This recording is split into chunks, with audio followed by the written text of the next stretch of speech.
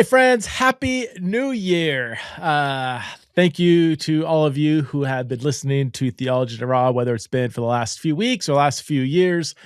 I'm always amazed when I talk to people that say, I've been listening to you since 2016, 2017, when the show was barely off the ground. It used to be called What Does the Bible Actually Say? Remember those days? Most of you don't. I used to do a 15-minute program that used to be on Christian radio, 15-minute program Monday through Friday, 2:15 in Boise, Idaho, Christian radio, called What Does the Bible Actually Say? Where I would challenge some commonly held misconceptions about what the Bible says and doesn't say. Did that for a couple of years. That morphed into a podcast. I left the Christian radio station or got left from the Christian radio station and ended up focusing just on the podcast version of that 15-minute radio show. And that morphed into a half-hour weekly podcast where I would kind of, I don't remember, what did I do? I think I did lots of like Q&A or just kind of random thoughts. And then I started having guests on. The shows got longer and it going twice a week instead of once a week. I think it was around the time of COVID. And then several years later, here we are. So I wanted to give an update on the podcast, look back at this past year, and look forward to the coming year in 2026. I think it's going to be a great year. That's what we're supposed to say, right? It's going to be a great year, as if I know. It could be a terrible year. It could be 2020 all over again. Who knows? Anyway, it doesn't matter. We're Christians. Our hope is in Jesus. And in the end, we will be raised from the dead and reign with Jesus in glory in the new creation. So, the mission of Theology in Raw, the Theology in Raw podcast aims to help believers think Christianly about theological and cultural issues by engaging in curious conversations. That's a key word. You'll hear me talk about that a lot. Curious conversations with a diverse range of thoughtful people. Not people I necessarily agree with, not people I bring on to debate. I don't really like debates. I think they can be good and fine and healthy. I like to watch debates, quite honestly, but I don't personally love to engage debates. But I do love to listen to different viewpoints. Sometimes it's simply to understand the viewpoint, which we do, which is best happens when we listen to the person holding to a viewpoint. And in some cases, some interviews are almost like theological journalism, where you are letting a person unpack their ideas so that we can understand those ideas. We can study them further. We can think through them. We can critically reflect on them, but we can't refute something until we first understand it. Unfortunately, not everybody engages in different ideas in that way, but I think that's the best way to learn and grow as a thinker, is to actually understand different ideas that are out there from people who hold to those ideas. Now, the one I wish it was one. The one critique I get, one of the critiques I get, one of the many, is that I shouldn't be platforming certain people. Platform used to be a noun, now it's a verb apparently. It used to be, it's funny. It used to be like a left-wing fear. Don't platform those right-wing bigots and Nazis and crazies. Now it seems like it's become more of a right-wing fear. How dare you platform those crazy liberals or anti-Semites and blah, blah, blah, blah. Actually, I think it's kind of both now. Both those who are committed to like a left-wing or right-wing theological or political idolatry. Ideology. Okay, ideology. People on both sides kind of get all up on arms and people try to reach across the aisle and have conversations with people they disagree with. Why? Because we shouldn't platform certain people. Namely, you shouldn't talk publicly to people you disagree with. Their ideas are dangerous. They're harmful, is the accusation that is often slung around. Sometimes I get those accusations. And I might resonate with some of those concerns, maybe some of them, maybe few of them. Here's the deal. In my experience, in most cases, in my experience, when I quote platform somebody or have a public conversation with somebody when I try to curiously understand what somebody believes, where they're coming from, and who are you, and what in what ways maybe has your ideas been misrepresented, or you know what, I don't know enough about this idea to just come out and critique it. I'd rather first again understand before I try to critique or refute it. Most of the time when I hear people present their ideas, in most cases, I think they're more reasonable, and always they're more human. The person talking about them is more human than their critics make them out to be. I think it's natural in our age of algorithms and siloed interaction that we would be led to believe the worst about people that we disagree with, seeing them as not just wrong, but dangerous and harmful. But in 98% of my interactions, that's not an actual statistic. I'm just giving a ballpark figure there. In most of my interactions with people I disagree with, I always leave the conversation thinking, you know what, that person wasn't as ridiculous as I had thought. I might still disagree with some of the things, maybe many of the things they said, but oftentimes their ideas are, again, maybe disagreeable, but reasonable. That they're oftentimes not as outlandish, maybe, as how some of their critics make them out to be. And the person holding the view, as a person created in God's image, is always more human than they seem to be when they're just an abstract name attached to an idea. When you have a face-to-face conversation, unfortunately, most of my conversations on the podcast are virtual, so we don't get that full 3D experience, but some of them are 3D. I've been doing more in-person podcasts, but I always leave the conversation thinking, wow, that's a real human being. They've thought through this more than I assumed. And while I might still disagree with some things, now I have a better understanding of what this human being actually believes and thinks.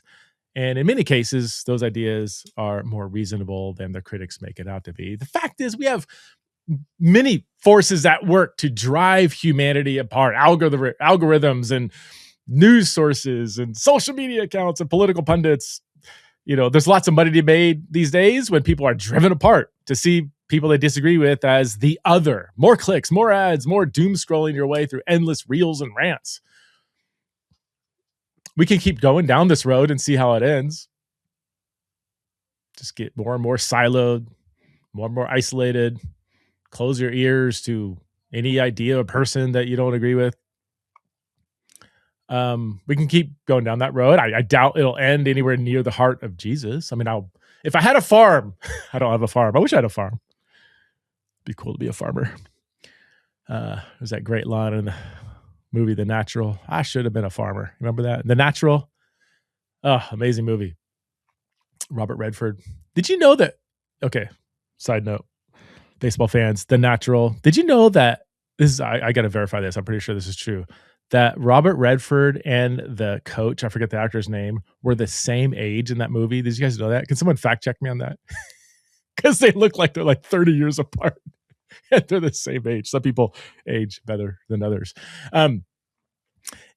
What about if I had a farm, I would bet my farm on thinking that this kind of siloed, polarized interaction will lead to more hatred, more chaos, division, war, less love of neighbor, and less love of our enemies. This is why I've always and always will refuse to cave in to the anxious fear over platforming people I disagree with. If a person's ideas are so outlandish and evil, then most people with half a brain will be able to spot it. I mean, shouldn't we bring such darkness into light? The light exposes evil. So bring it into the light. The fact is, though, most ideas, certainly ones that I have on this podcast, I mean, gosh, most of the people I have on the podcast, I think, are not only reasonable, but are talking about things that are very compelling and true. Not perfect, but yeah. Most of the people I have on, I find a good deal of agreement with what they're saying.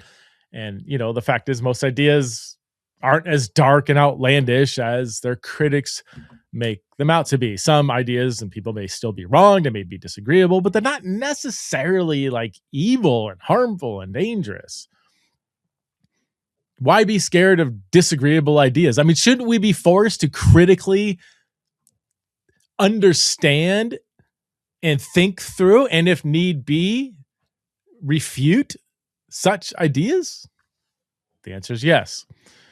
And if so, or since this is true, then what better way to engage ideas than to listen to the actual person holding to these ideas, listen to them articulate them, rather than believing their critics' warped summary of what they believe. We need to first understand a person's viewpoint before we can evaluate and, if need be, refute it. Understanding precedes refutation. And the best way to understand a viewpoint is to curiously listen to the person who espouses it. So I'll be honest, I despise the fear of platforming. It's my trigger word. I don't have a lot of trigger words. Platforming, I think, might be one of them. Don't platform that person.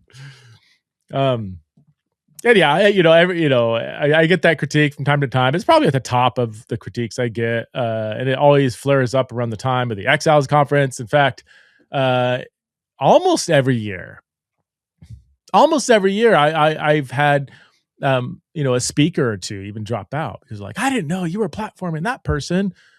They're going to stand on the same stage that I'm standing on. I'm like, yeah, you guys are like 2 days apart. You're not even probably won't even see each other. Well, they're on the same stage as me. Okay. And certainly people that criticize the conference, none of whom have been to it, go on their Twitter account and accuse me of platforming certain people. It's funny. It comes equally from the left and the right. I'll get back-to-back critiques from people that are on different sides of the political spectrum, basically saying the same thing about different people that I'm platforming. So I simply don't believe in it. I don't believe in that fear. So when people throw accusations like this at me, all I hear is Charlie Brown's teacher yelling at me. Wow, wow, wow, wow, wow. I'm like, I just don't. It's just like it goes in one. It goes in my deaf ear and out my good ear. I'm deaf in my left ear.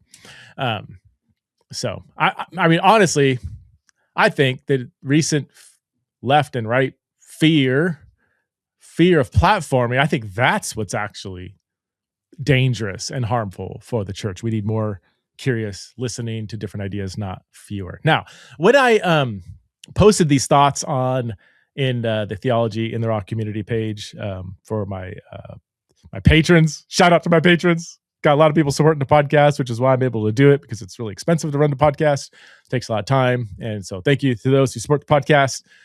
If you would like to become part of the Theology Raw, this is my commercial break. If you'd like to become part of the Theology Raw community, head over to patreon.com/Theology Raw. Contribute for as little as $5 a month and become a Patreon supporter. I absolutely love interacting with people through that platform. This isn't a sell. I guess it could be a sales point for you to become a patron. That's not the purpose, though. Like I truly, they're such amazing people.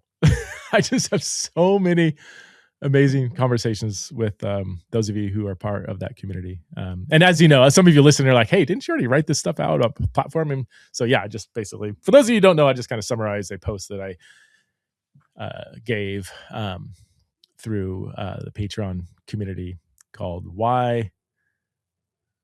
I forget the title of it, something about platforming. Anyway, one of the questions that came up in response to that post was, would I platform a Christian nationalist on Theology Raw sometime?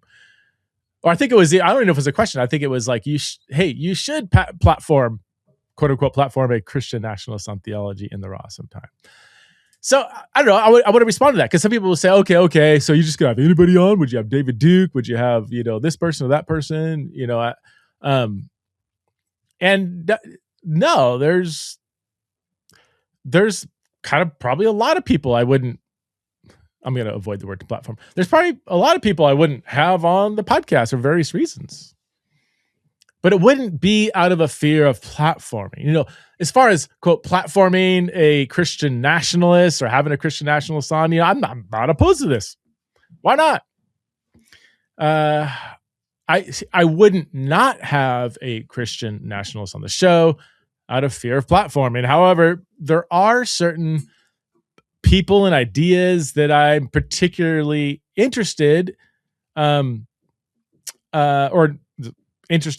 not interested in discussing on the podcast for various reasons.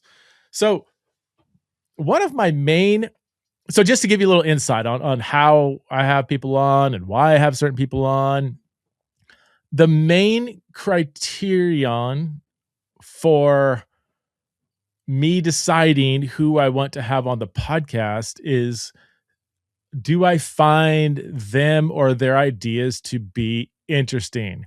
Something I want to know more about, something I'm intrigued about. Is it a topic that I either know a lot about and want somebody else to come on and talk about this awesome idea, or an idea I don't know a lot about, but they're an expert in a certain area? For instance, just off the top of my head, I mean, there's probably 1,000 episodes I could list here, but like just recently I had on, it's not released yet, it'll come out in 2026. I had on Dr. Lee Warren, who's a neurosurgeon, and he wrote a book called, I forgot the name. Dr. Warren, apologies. Something about self-brain surgery or something like that. It was fascinating. So here's a guy, he's a neurosurgeon, a solid Christian, who's taken all of his knowledge of neuroscience and the brain and applied it to thinking Christianly about how to self-diagnose your rational and emotional thinking. It was a fascinating conversation. Do I agree or disagree with what he said? I don't have the knowledge base to either agree or disagree.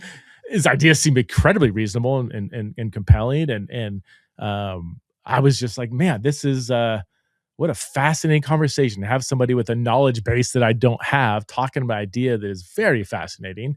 So I had him on eagerly, and I'm so glad I did, because it was a very, very interesting topic from somebody who knows 1,000 times more about the topic than I do. I wouldn't. So if people send me requests every day, like, you should have this person on, that person on, and sometimes I take it. I've had several people on because people reached out and said, hey, you should have this person on, and I'll check them out, and I'm like, hey, this sounds interesting, and I'll do a little more reading, a little more digging, and I'm like, wow, this would be interesting. I would not have somebody on if I'm simply just uninterested in their ideas. There's been some well-known Christian writers and authors and speakers that, whether they reach out or the publicist reached out, and some of them I end up saying no, just because I'm like, you know what? I'm just not interested in that topic. That is not a critique of the topic. It's certainly not like a moral evaluation of the topic. I'm just kind of like, I'm just not, I don't know. It's not doing it for me right now. Maybe some point down the future, I might be interested in that topic. But right now it's not, of all the different people I could talk to, I want to talk to people who have ideas that I think might be interesting. I also wouldn't have somebody on if I share like too many disagreements with the viewpoint, because then if I already know about the topic, if I don't know much about a topic, then that's when I kind of turn into like theological journalist mode. I'm like, hey, that might be a really bad idea, but I don't know enough about it to say it's a bad idea, So then I might have somebody on just to help educate me in what this topic even is and why do they believe it? What are the arguments for and against? And in that case, I often tell people like, okay, can you steel man the opposing argument? Because until somebody can really truthfully and fairly represent the best counter arguments to their view, they probably don't fully understand the view they're trying to hold, the view they hold to and are trying to promote. So, but if it is a topic that I do know a bit about and I'm like, oh man, yeah, I really disagree with that viewpoint, then again, this is just kind of a personal preference. This isn't the way I think everybody should do it. But for me personally, if there's so many disagreements with the viewpoint that I already have, then the conversations, it's just going to be a debate. And I personally don't love engaging in debates. I read a critical review of Theology where somebody misquoted me saying, I don't think debates are good, or I don't believe in debates. That's not what I said. I actually enjoy watching debates. I watch debates at least a few times a week. I listen to a lot of Pierce Morgan. Do you guys listen to Pierce Morgan, his podcast? And he always has like, the most hottest topic in our cultural moment, the hottest topic of the day, and you look at like 2 or 4 people on different sides of the debate yelling and screaming at each other. Most of the time they end up yelling and screaming at each other. It's really annoying, but sometimes they can engage in a healthy debate. And I watch those all the time. I do, not very often, but I'll mess around on YouTube and find different debates, political debates, sometimes theological debates, and it helps if it's a well-run debate. Then it helps me kind of see both sides. But typically, like debates fall into trying to prove your viewpoint to be right and make the other person look wrong and stupid. And you will use rhetorical tactics to wiggle out of good questions, sneak out of places where you've been cornered and can't really respond. I think most kinds of public debates end up being very performative. My dog's trying to get out of my office. He was sitting there at my feet. Now he took off, but he was able to nose open the door. I don't know how he did that. My dog's like crazy smart. Yeah. So I don't love the performative nature of debates. I love debates where each side is genuinely trying to listen to the other person. They're curious about what the other person believes. They're not trying to win the argument at all costs, but most professional kind of debates don't do that. So all that to say, I think, debates, I think there's a place for debates, and I enjoy listening to them, even though they can be annoying sometimes.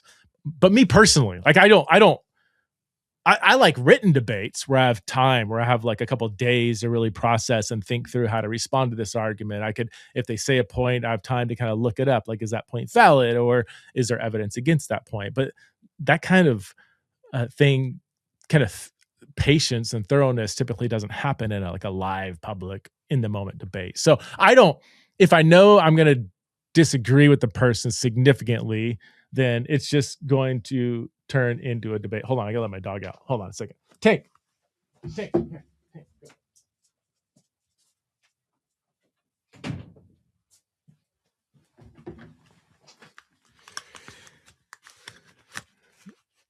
Sorry, my dog nosed his way out of my office and then nosed his way back in. So I closed the door tight.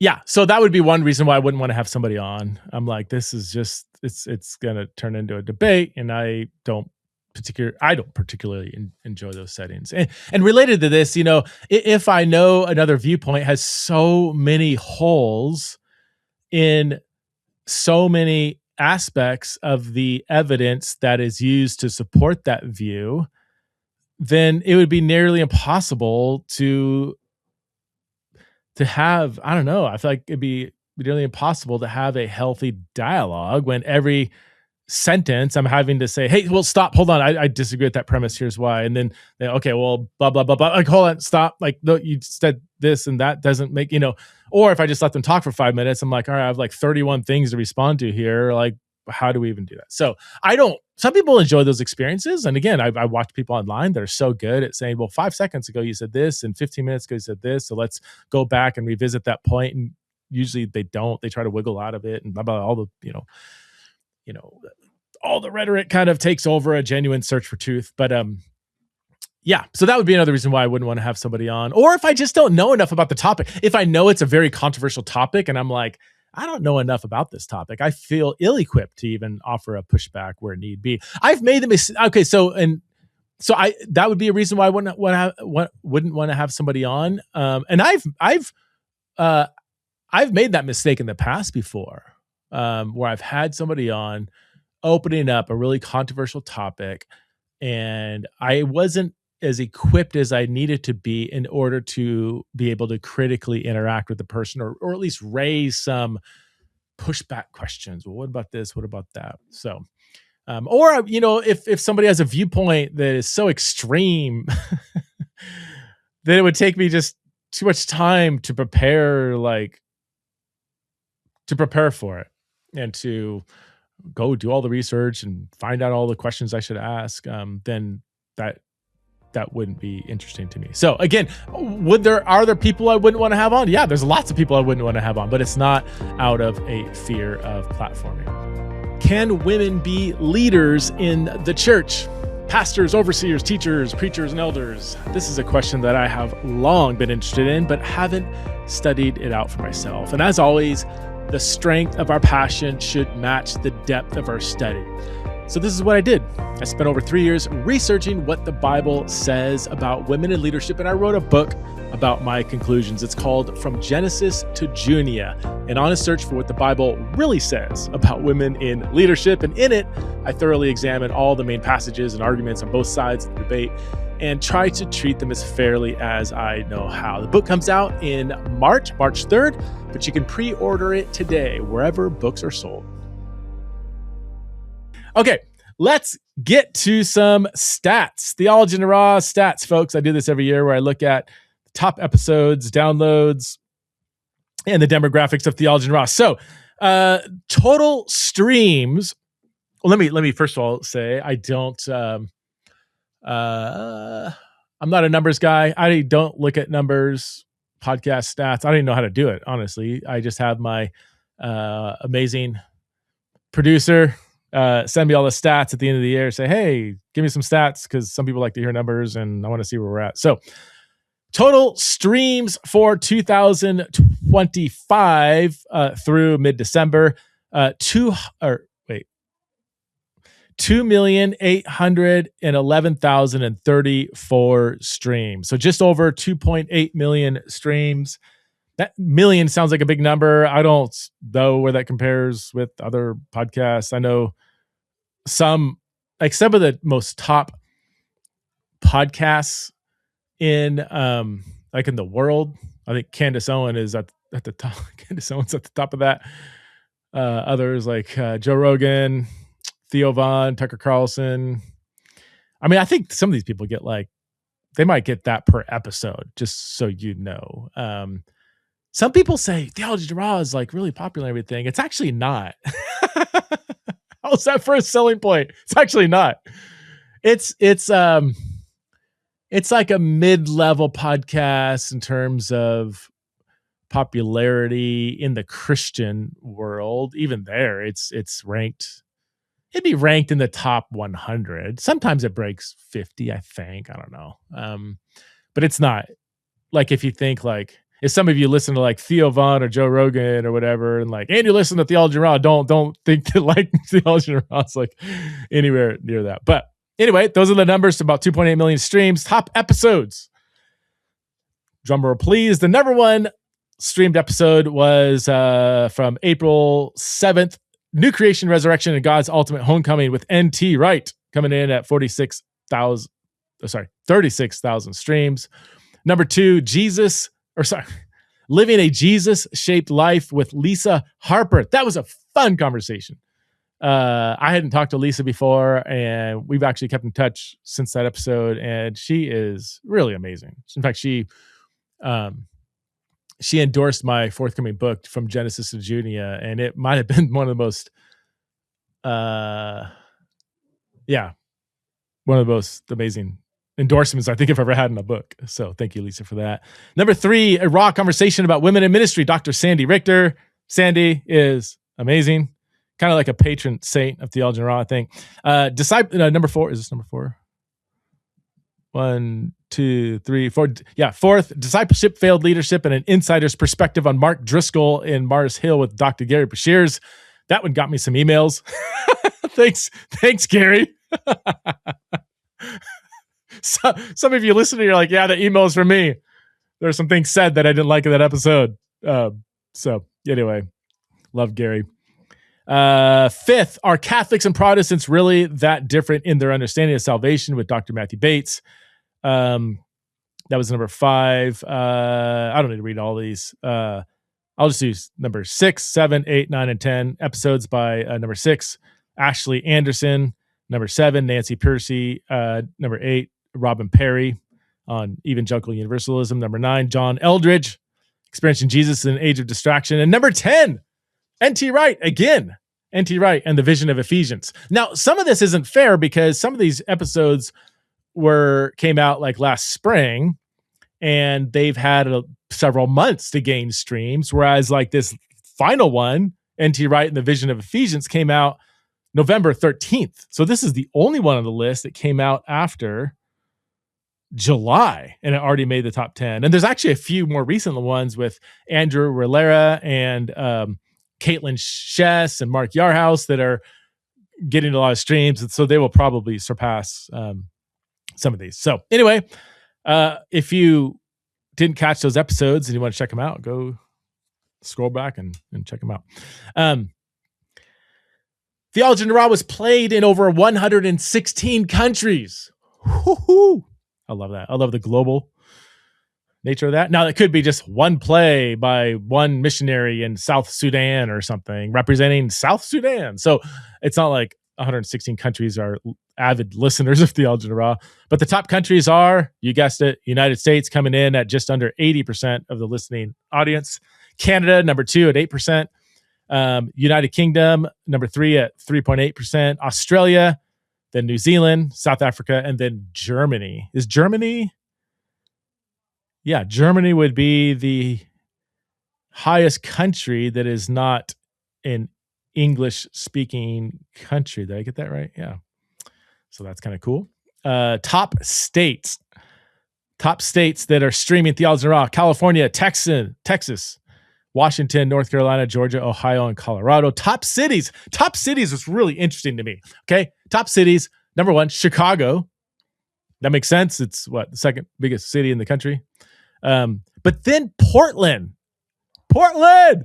Shout out to you Portlanders. Oh my word. Portland is a medium-sized city. What is it? 1 million or something? Is it? I don't know. It's not New York or Chicago or Los Angeles, but it's the second. There's more streams coming out of Portland than any other city besides Chicago. I love Portland's a quirky city in a good way. It's gets a bad rap these days for being hyper liberal and all this stuff. And but man, it's got the best coffee, the best food, and one of the most amazing network of churches in Portland. Churches that aren't trying to build their own empire, but churches that value each other. They work together. A lot of pastors at different churches are really good friends and have no hubris over their church growing and the other church not growing. And I don't want to overly glorify it, but man, some of the most amazing pastors I know come out of Portland. Minneapolis, number 3, Denver, number 4. Oh, by the way, speaking of Portland, I'm going to be out there, I think in March, doing a 2-day sexuality conference at Imago Dei Church. The info should be at centerforfaith.com under the events page. Last time I checked, it wasn't there, but we're going to put it up there.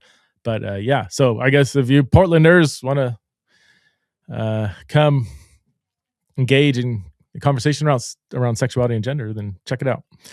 Minneapolis, number 3, Denver, number 4, Dallas, number 5, Atlanta, number 6, and then Charlotte, number 7. Charlotte. That's another city that's not very big. I love Charlotte. Been there a couple times. Shout out to Derwin Gray and the fine people at Transformation Church. But that's the rest of these cities. So Portland and Charlotte are like mid-sized cities that are getting more streams than big cities like Houston or Los Angeles or others. All right, demographics. 43% of you are female, 55% male, and 2% of you checked the box other. I don't check the box. I don't even know where these came from. My producer grabbed these statistics. So I as you know, I try to have as many female guests as male guests. This isn't out of some like DEI effort. Oh gosh, I'm gonna open up that can. It's because half of the kingdom of God is female, and as a male host, it can be easy for me to default to just having male guests on, and because females are created in God's image and are just as brilliant, thoughtful as males, even though female academics or thought leaders or scholars aren't as nearly as represented as male scholars. I think that there's amazing female voices out there, scholars and non-scholars, who I want to have on the show. So, yeah, I'm glad. And so it sounds like, I have a high female listenership, almost as much as male, because I have female guests. I don't think that's necessarily true. I mean, I think females like listening to males. I think males like listening to females, not all the time, but I think if all I had is all men, I think I would assume I wouldn't have as many female listeners. So thank you for all of you who have been tuning in so faithfully. All right. Let's get to some reviews of Theology in the Raw. Every year I try to, I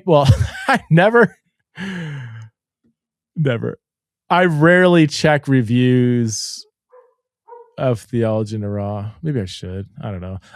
Over the years, early on when I started speaking and writing, I'd go online and look at all the comments, look at the reviews, look at the book reviews, and it could be really discouraging, especially for someone like me, where it's like I'll read 10 great reviews and I'm like, oh, great, and then I'll read one bad review. I'm like, wait, what? That's not true? Or what about, oh man, oh gosh, and I'll get in my own head, and that's not good. So over the years, you just kind of get, I don't know, you realize that it's better to pay close attention to thoughtful comments and critiques from people who are making them in good faith, rather than just anyone with a keyboard and internet connection saying whatever they want about you or your show. That who has time for that? So, but at the end of the year, I do say, all right, let me scan some of these reviews and just see how the podcast is landing on certain people. First,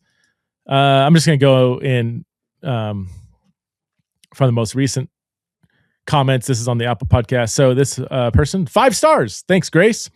I started listening to this podcast in my senior year of college, and I've really loved following it for the last several years. The tone has been very refreshing, and I've loved learning so much through the series about God's Word. So thank you, Grace, for that really encouraging review.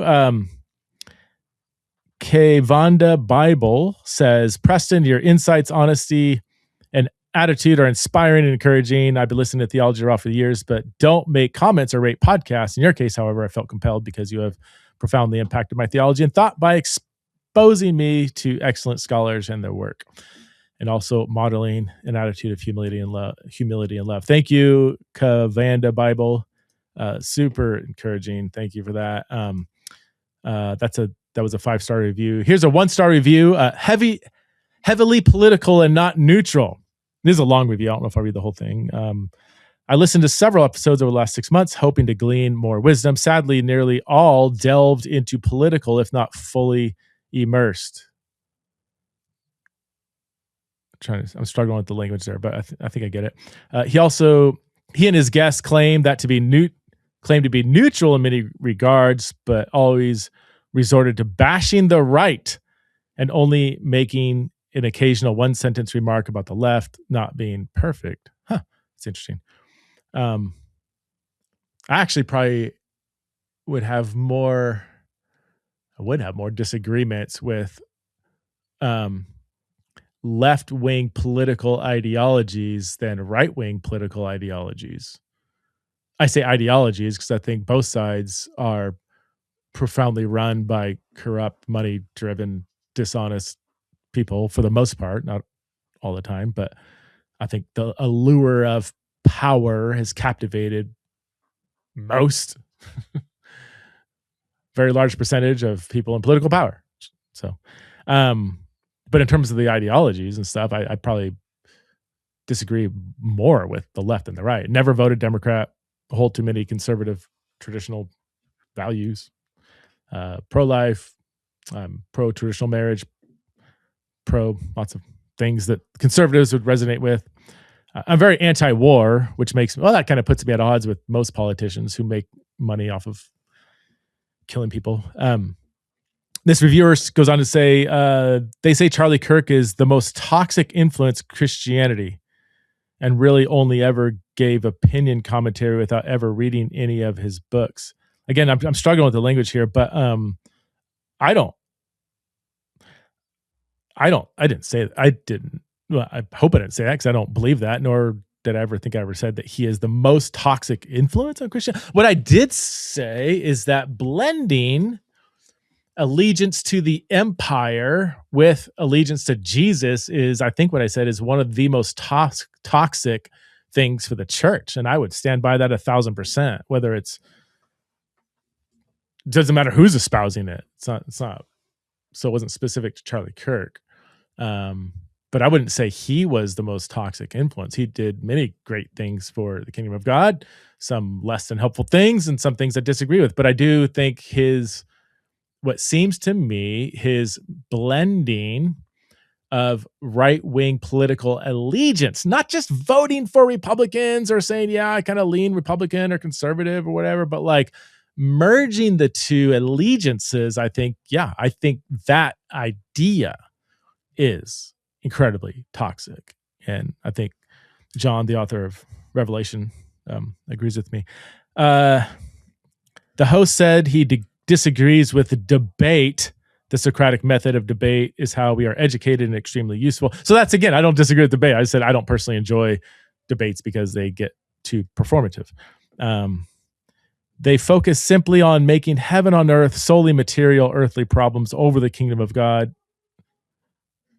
That doesn't make sense because the whole concept of the kingdom of God, biblically speaking, is quote unquote bringing heaven to earth. And it involves a lot of material things like poverty and caring for the other and the marginalized and so on and so forth. Anyway, there's a lot more stuff here we could say, but we'll move on. It's a long critique.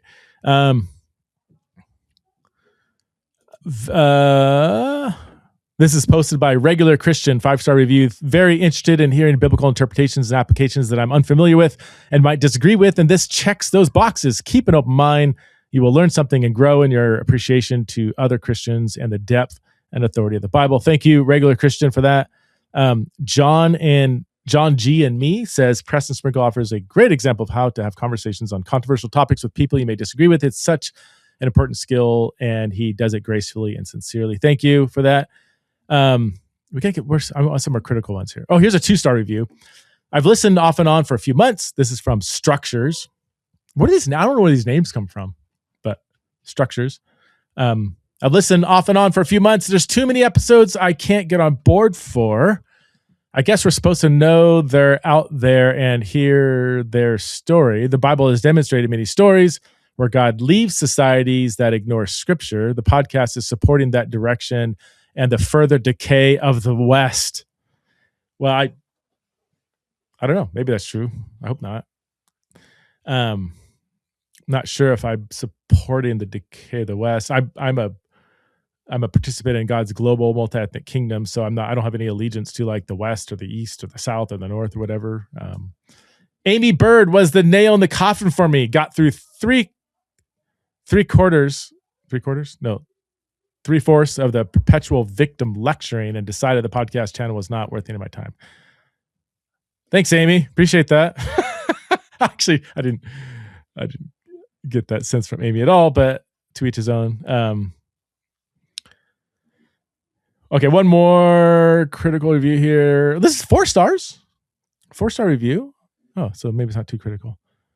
Oh, mostly good apart from the anti-Israel propaganda promotion. I think Preston means well, and he does talk to a wide variety of people, some very interesting, some not so much. He often seems unprepared to offer helpful pushback or play devil's advocate. I thought, I received that. There's times for sure when I've done that. I guess so I think there's times when I certainly could have been more prepared, especially with like controversial topics. And sometimes, it's hard when I'm trying to have a genuine conversation with somebody. And just so you know, my brain is constantly thinking of critiques when I'm talking to people. If I said everything out loud I was thinking, I would be like, you're the most judgy person ever. That's just my brain is constantly playing devil's advocate with everything I say, with what other people say. But in a normal conversation, it's like you have to be kind of strategic. It's like, okay, when do I voice that? Because I could play devil's advocate, 57 times throughout the hour-long conversation, and that would be just really annoying. So there's some times when maybe I don't play enough devil's advocate, but it's not because those thoughts aren't sometimes going through my head. He does seem completely brainwashed by anti-Israel narratives to the point where he almost never platforms a nuanced voice on that platform. I'll continue to listen occasionally. That's fine. I mean, if I've talked so much about why I've taken the position that I do on Israel Palestine. I've listened to and read extensively on both sides, different, not like there's two exact sides, but different sides of the Israel Palestine issue, historically and currently. And I don't want to repeat it all here. You guys who are listeners, you know where I land on that. So, yeah, that's it. Everybody throws around, you're believing propaganda, you're being brainwashed. And the other side says, no, you believe in propaganda, you're being brainwashed. And the other side shoots back, no, you're being brainwashed, you believe in propaganda. It's just like, dig deep, read actual books by actual scholars, spend 100 hours patiently researching the parts of the conversation that you want to have an opinion on, and then let the strength of your passion match the depth of your study. So, yeah. All right, let's a couple more things and then I will let you go. I've already mentioned my Patreon community. Just want to give another shout out to all of you who are supporting the show. And truly, if you want to support the show and gain access to the Theology Rock community, just so you know, it is greatly needed. As the podcast has grown, we've expanded our staff and the time we put into it, equipment, editing hours, even having a better presence on social media. All of that stuff takes so much time, which ends up taking money and personnel. So your support is greatly appreciated and needed. Even becoming a member for $5 a month or $10 a month or $25 a month, this is an incredible help for the show. And I try to make it worth your while. Okay. Maybe it's my pride. I don't like handouts, never have. I don't think I ever will. There's times when I need to accept a handout and it's really hard because I'm the type of person that was, I was raised by a single mom who worked 3 jobs to put food on the table. I've had a job my whole life since I was 14 years old. Well, actually 10 years old when I was selling snow cones from my front lawn. Made $25 in one day because I went and bought an old used snow cone machine and had a line out on my front lawn there in Fresno, California, selling snow cones. Then I sold Pepsis at Fresno State Bulldog football games, and got a job at Burger King. Started working the day I turned 16 when I was legally able to work a job of that sort in California. Anyway, that good old Protestant work ethic is hammered into my bones. I like to work for money. So just simply receiving money is hard for me. But somebody convinced me years ago. They said, well, you are working. The podcast is a lot of work and people would want to contribute to the podcast. So anyway, I try to make it worth your while for those of you who support the show, to give you extra content. Been doing our extra innings where you can get access to behind the scenes conversations on extra raw topics. I've released like portions of my book early to my Patreon community. Other writing things I'm working on, and we started to really move all my blogging to the Patreon community called Raw Thoughts on all kinds of things. Anyway, I think you'll enjoy it if you want to become part of that community. Theology or patreon.com/theology in the raw. Exiles in Babylon is coming up, folks. Oh my goodness. So excited about this. Oh, this is still me talking too. This isn't like some ad that was dropped in, by the way, because I've been recording ads on Exiles. This is me talking in real time. Exiles in Babylon, April 30th to May 2nd at Open Door Church in Maple Grove, Minnesota, just outside Minneapolis.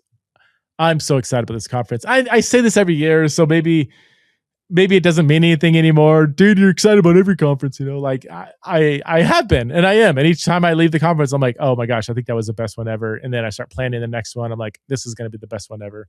But how do you measure best? That's even, that's an icky kind of like capitalistic way of thinking about a conference. I want every conference to be an avenue for people to experience God and the gospel in fresh and impactful ways so that we can live more passionately for Jesus.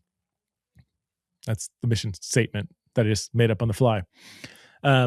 This year, we're tackling some absolutely crucial topics, and I am so stoked over the guest speakers that I've found. We got a pre-conference on how Christians should think about artificial intelligence. Huge topic. We all need to think about it.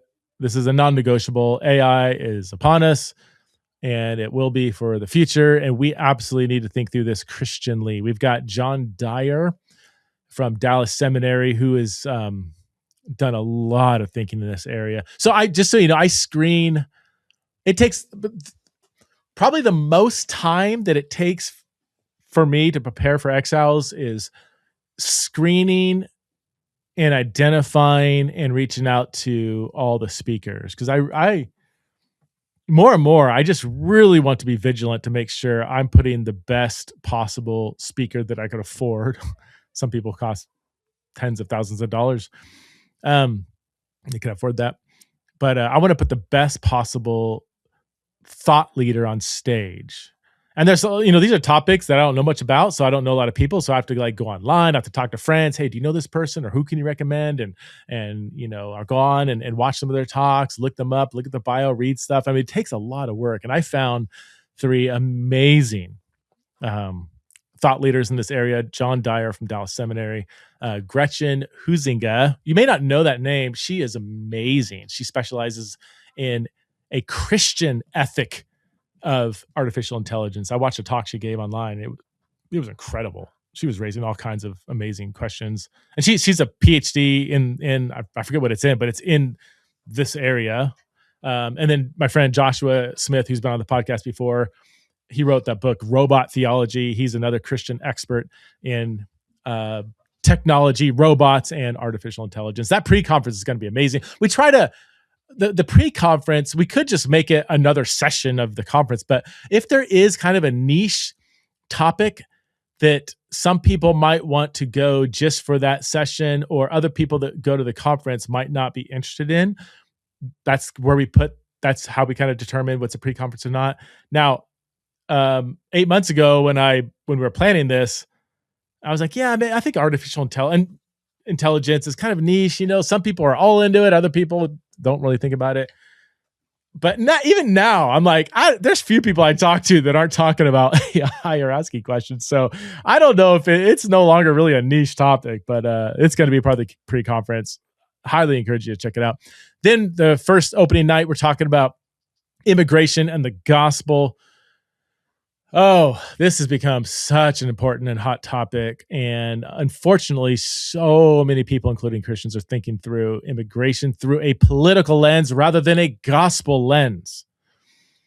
We get so sidetracked, I think, with the polarized rhetoric on the left and the right, trying to pull you into their side and make you angry about the other side.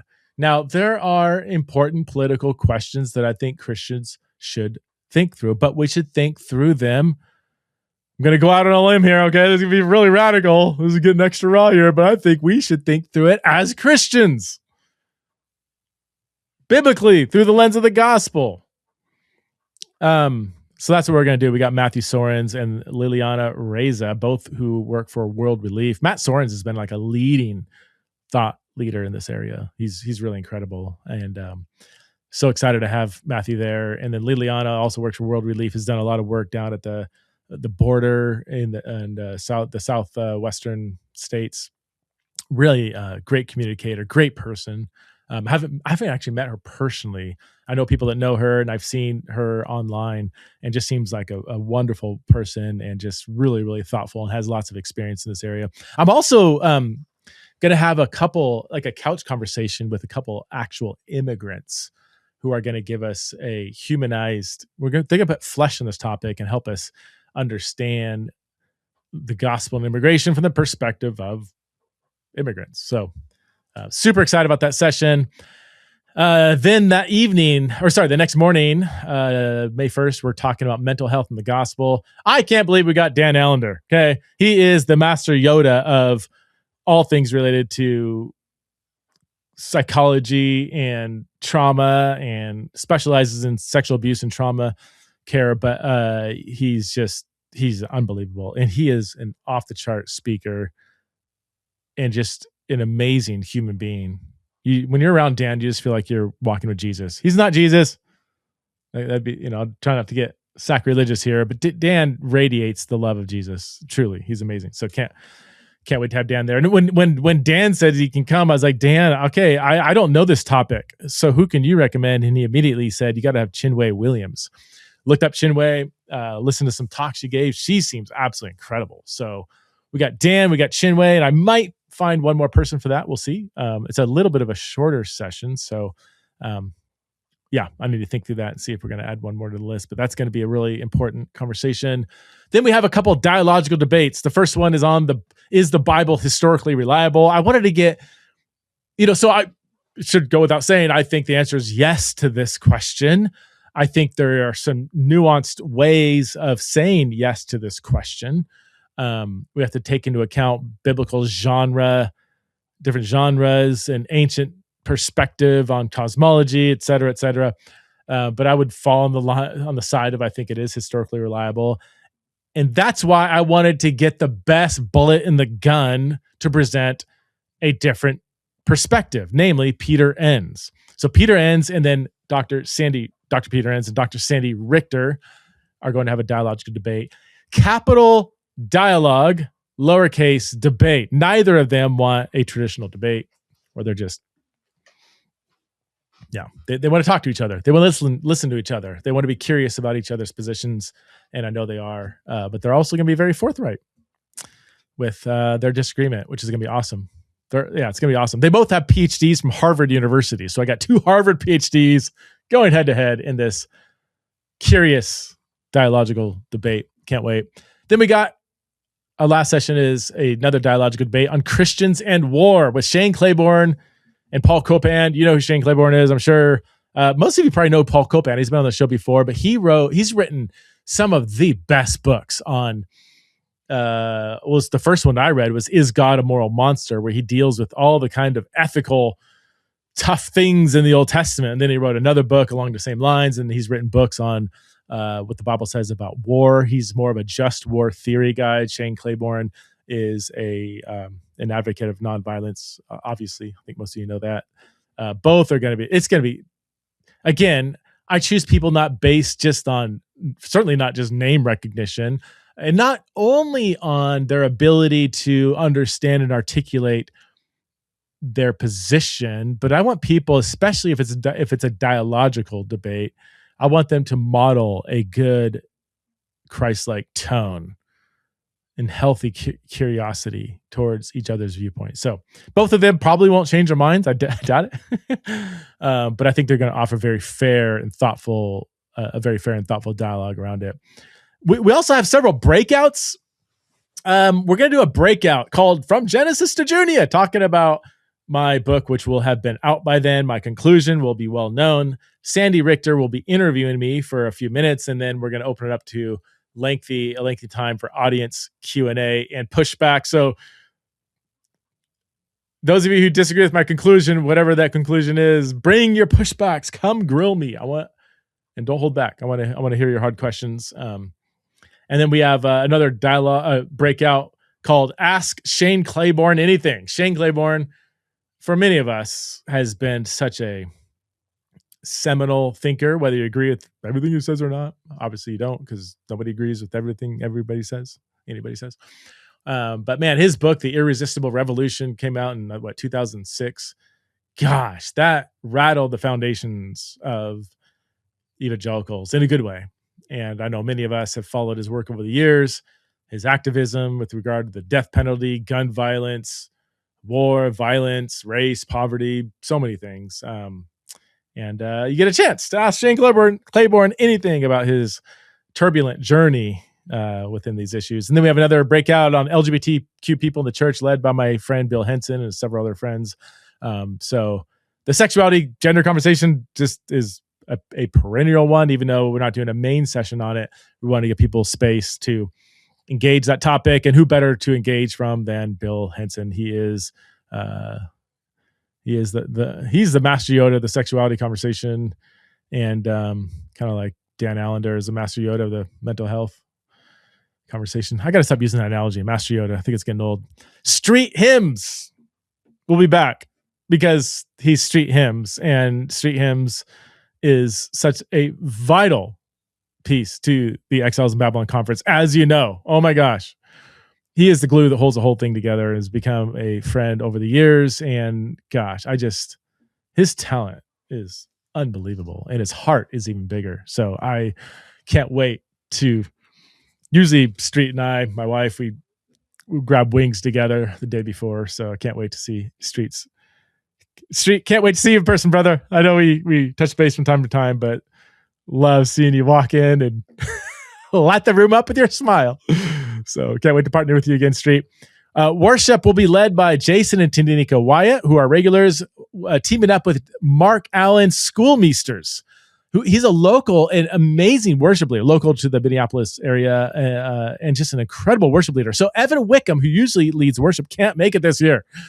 And I said, all right, dude, you're leaving me dry here. Can't do this without you, but we're going to press on. But who should I get since you can't be there? And he said, you got to get Mark Allen Schoolmeisters. Mark actually wrote and sang a song at last year's Exiles conference, if you were there. It's called Babylon. It was amazing. I remember watching him sing it. I was like, this is incredible. You wrote this? So anyway, he's going to be our lead worship leader, along with Jason and Tanika. And I love the worship at Exiles. I struggle with contemporary Christian worship. And that's why I wanted the worship to be different, not just different for different sake, but meaningful and not just repetitive and redundant and fluffy and performative. I want it to resonate with the vibe of the conference. And I can think of no better team than Jason and Tanika and Mark to help us do that. Most of all, at Exiles, we have face-to-face conversations. I love podcasting, sitting here staring into a screen, recording in my cold basement with nobody around. But it can be kind of weird. It's like, where are y'all? Let's get together. I love the face-to-face interaction. So honestly, half of why I love Exiles are the speakers, the sessions, the worship. But the other half is just meeting as many of you as I can, seeing, some of you, we've seen each other several times over the last few years, and it's so good to see you again. We've had Zoom chats, we've had DMs, and to see your face at Exiles is amazing. And just to see other people make connections. I talked to several people who have become good friends because they met at Exiles. In fact, one couple, they got married. They met at Exiles, and then he proposed at the next year's Exiles, and now they're married, and they'll probably come to this Exiles. I'm not going to mention your name because I don't know, you didn't give me permission, but that was so fun, dude. You literally proposed to your girlfriend that you met at Exiles at the next year's Exiles. It was so fun. So all the information, theologyintheraw.com. Register soon. So the early bird special runs out January 10th. It's like 15% off. So if you don't register before January 10th, the price does go up to a retail price. We do have Gen Z specials. We have group specials. So all the information is at theologyintheraw.com. Last thing, I'll close it out. I do have my book coming out, From Genesis to Junia, an honest search for what the Bible says about women in leadership. I'll talk more about it in coming episodes, or a coming episode.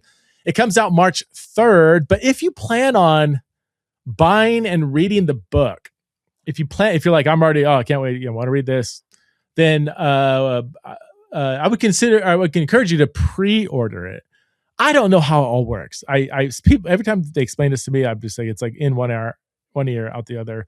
But pre-order sales helps market the book better. And you're like, how does that work? I don't know. But for the last 5 books I've written, the publisher's always like, pre-sales are better than post-release sales. Pre-sales are better, whatever. So anyway, so if you're already going to buy it, I encourage you to pre-order it. If you don't want to buy it, then don't buy it. I'm not telling you to buy it. I'm just saying if you are wanting to buy it, then go pre-order it. It would help get the word out. So the book is it's what the subtitle says. It's my honest search for what the Bible really says about women in leadership. It's not the honest search. I had somebody drop a comment on social media. I shouldn't laugh. I don't know. It was like, what? So you're the only person who's made an honest search? I'm like, no, the word "and" means like one, and on it, not the honest search. It's one among others. It's just, I don't know. When I try to, whenever you form titles of books, it takes a long process. Actually, lots of people are involved. You hang on every word. I went back and forth on whether I should even put the word "really" in the subtitle. Like, should it be an honest search for what the Bible says about women leadership or what the Bible really says?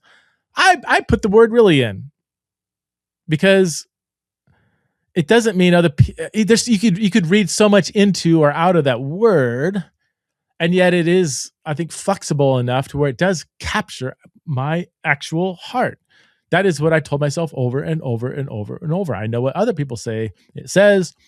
I know what the different viewpoints are, but I want to know what it really says. Not that I'm going to have the definitive answer. My answer will resonate with a lot of people who have already studied this issue.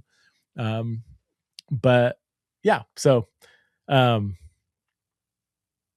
people get hung up on, or they read into certain words. So I'm sure that there are other words in this title that people will read into. Some people said, I don't know who Junia is. From Genesis to Junia, I don't even know what's your book all about. Again, and that worried me a little bit. I'm like, gosh, we give it more of a clear title, like a book about women in leadership or something like that. Well, first of all, I don't like boring titles, and I like the ring of From Genesis to Junia. And as you will see, Junia plays a unique role in the book, especially in at the end of the last chapter, but I don't want to give too much away. But check it out. The table of contents are online, so you can look at what I do. I go through, Genesis 1 and 2, the Old Testament, the Gospels, several chapters in Paul. I hit all the tough passages like 1 Corinthians 14, 1 Corinthians 11, 1 Timothy 2-3. I look at Ephesians 5, look at female prophets, and do a deep dive into Romans 16, where there's several potential women leaders there. I evaluate whether there's enough evidence to say whether they actually are leaders.